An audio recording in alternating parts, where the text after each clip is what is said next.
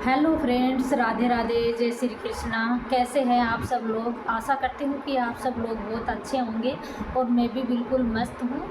तो मैं सुमन कंवर, मेरे चैनल में आप लोगों का फिर से स्वागत है और मैं आप लोगों के लिए फिर से वीडियो लेके आई हूँ, मेरे भाई बहनों के लिए जो पैसे वाले बनना चाहते हैं। कैसे हमारे घर में अधिक से अधिक पैसे बचे और कैसे हम मनी माला माल हो सकते हैं।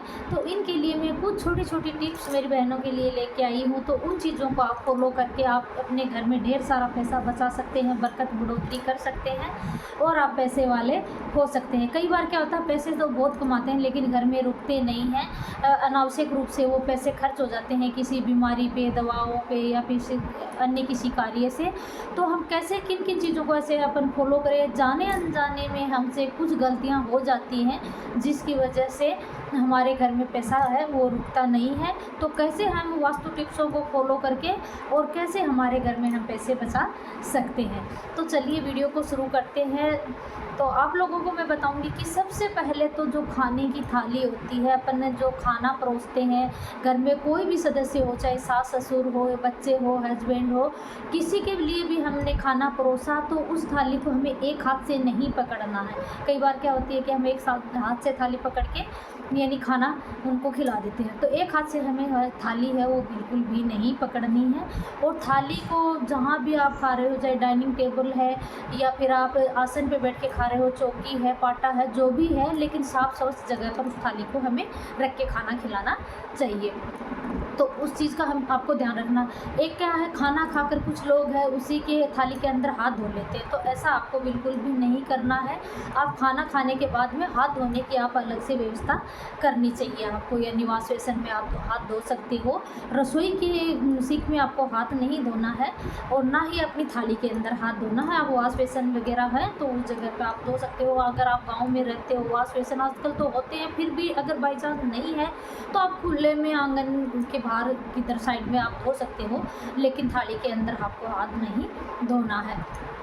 दूसरी चीज़ मैं आप लोगों को बताऊंगी कि शाम के समय ये झाड़ू लगाने से आपको बचना चाहिए।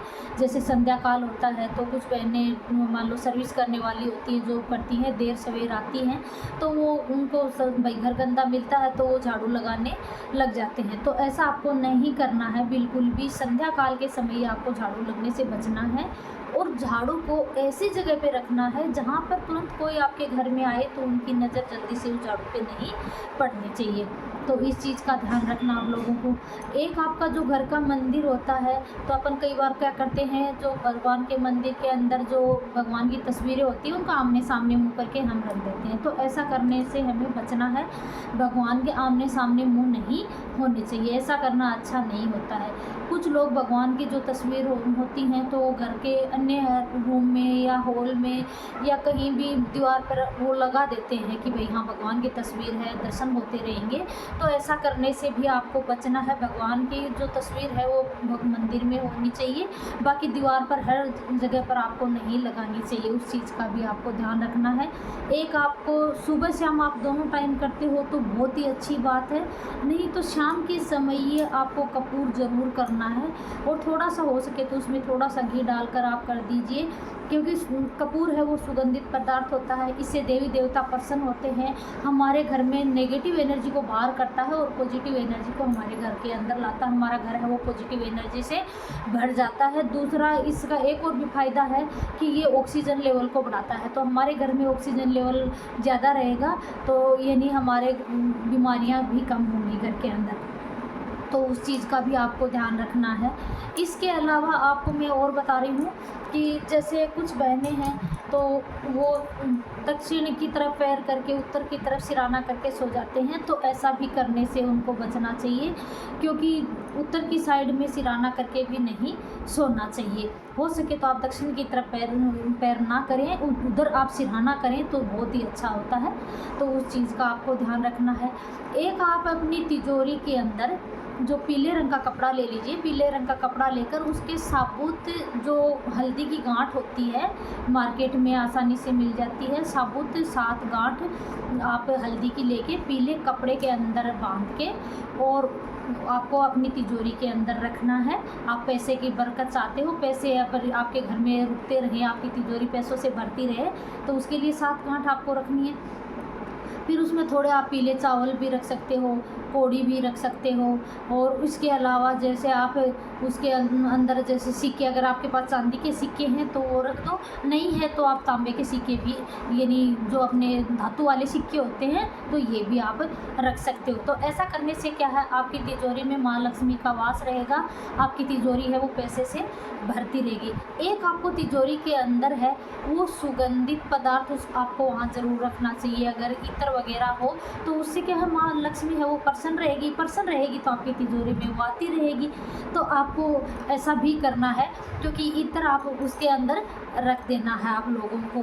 तो इससे आपके घर में पैसे दिन दुनी रात चौगुनी तरक्की होती रहेगी, आपके घर में पैसे की बारिश होती रहेगी। इन चीज़ों को आपको फॉलो करना है। और आप पैसे जहाँ भी रखते हो आप, तो वहाँ लाल कपड़ा बिछा के उसके ऊपर पैसे रखने चाहिए। अगर आपके पास आजकल तो हर घरों में मिल जाता है केसर, तो केसर का स्वास्तिक बना दीजिए अपनी तिजोरी के अंदर, उस पर लाल कपड़ा बिछा के उसके ऊपर आपको पैसे रखने चाहिए।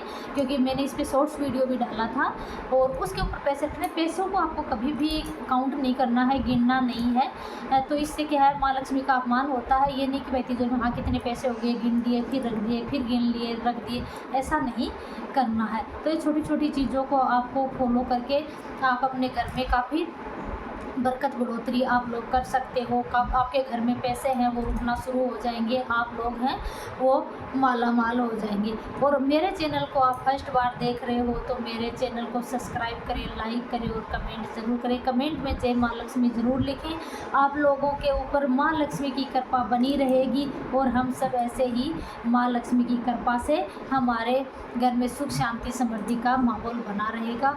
और आप लोग वीडियो तो देख लेते हो लेकिन लाइक कमेंट नहीं करते हो, तो लाइक कमेंट के कोई पैसे नहीं लगते। हमें एक मोटिवेशन मिलता है कि मैं अब मेहनत करके मेरी बहनों के लिए वीडियो बनाती हूँ, और वो लाइक कमेंट भी नहीं करते हैं। तो आपको लाइक कमेंट ज़रूर करना है, और टिप्स के साथ आप हाजिर होंगी मेरे नेक्स्ट वीडियो के लिए।